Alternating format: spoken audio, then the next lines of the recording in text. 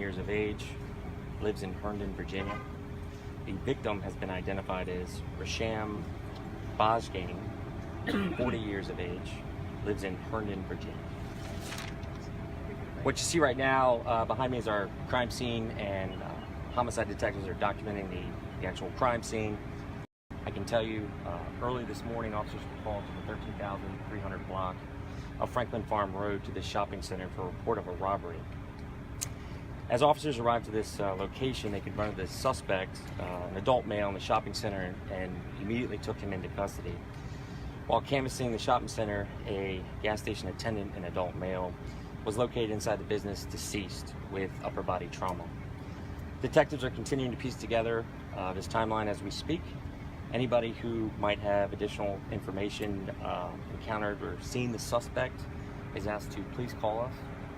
This includes the driver of a Pontiac GTO who we know was in the area during the time of the murder. And to be clear, the operator of the GTO is considered to be a witness, not a suspect. Any questions? How did you know the suspect, how did you, when you came upon the suspect, how did you know that was him? So immediately following the dispatched call, probably within a minute or two, the CAT event for the officers responding provided a description of the suspect. And as officers entered the shopping center, they observed him on the opposite side of the shopping center, closer to the main portion of the shopping center, near the curb and sidewalk over there.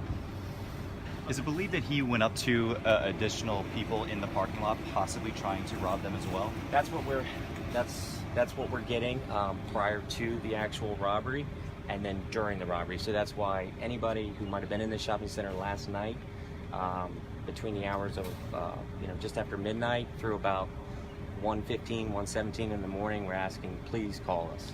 So, rather than him saying the words, can you describe what was happening in the parking lot before and after the, in terms of perhaps other victims? So our understanding is that there was possibly a confrontation with some employees at the Giant. I don't have specifics on the actual encounter, but it appears the suspect was actively engaging people in the parking lot and shopping center prior to entering the gas station. Asking for money? That I don't know. I can't comment on that. Do we know how it escalated inside the Sunoco gas station to an attempted robbery, to then using some type of weapon and striking the clerk? Right. So I can't get into the specifics of the investigation. It's an active investigation. I can't jeopardize that for the detective's sake.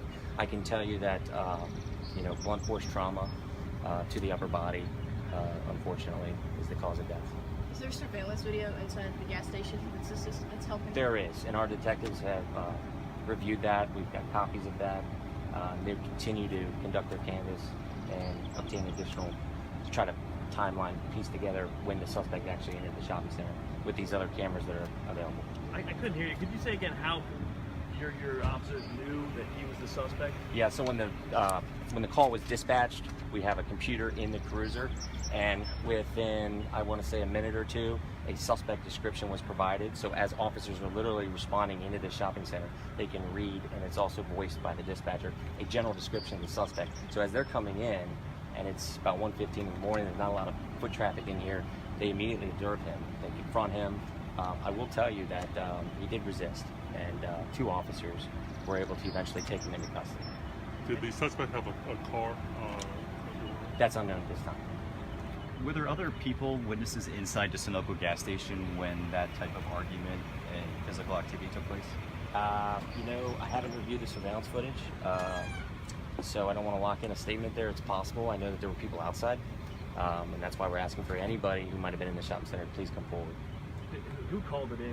Is it just a witness? This was called in by a citizen who was near the shopping center. And the gas station and the Giant, are they 24 hours? So the gas station is. The Giant was actually on lockdown last night around 2-3 a.m. for restocking, so I don't believe it's 24 hours. A shopper at the Giant came up and mentioned that the bank has been robbed several times. Have you guys been here before? Have there been a robbery at this gas station in this shopping center before? The history, I can't comment on that. I can tell you that Fairfax County is a safe place to live. This is a really nice shopping center, just like all the other shopping centers in the county.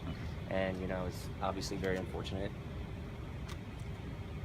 One more question?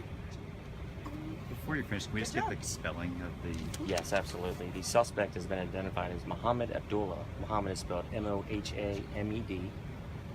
Last name Abdullah, A-B-D-U-L-L-A-H-I. Mohammed with 2 M's. 1 M. 1 M confirmed. 1 M. And One then, M. and then the other name? The victim was identified as Resham Bajgain. First name spelling is R-E-S-H-A-M. Last name is B-A-J-G-A-I-N. N as in Nancy. B-A-J-G-A-I-N. N as in Nancy. You got it. And then the only last question is you were talking about crime not being a big deal. I mean, this is the 4th of July. People are out today looking to celebrate. I mean, can you kind of put it all in perspective? Yeah, I can tell you, with this event, this is our 8th homicide of the year. This time last year we were at 10. I can tell you, be vigilant when you're out and about, especially in this day and age. You want to be safe, walk with a purpose, be familiar with your surroundings, never take things for granted. Just be careful, be safe. Thank you guys. Appreciate it. Okay? Thank you. All right. Thank you, sir. You bet.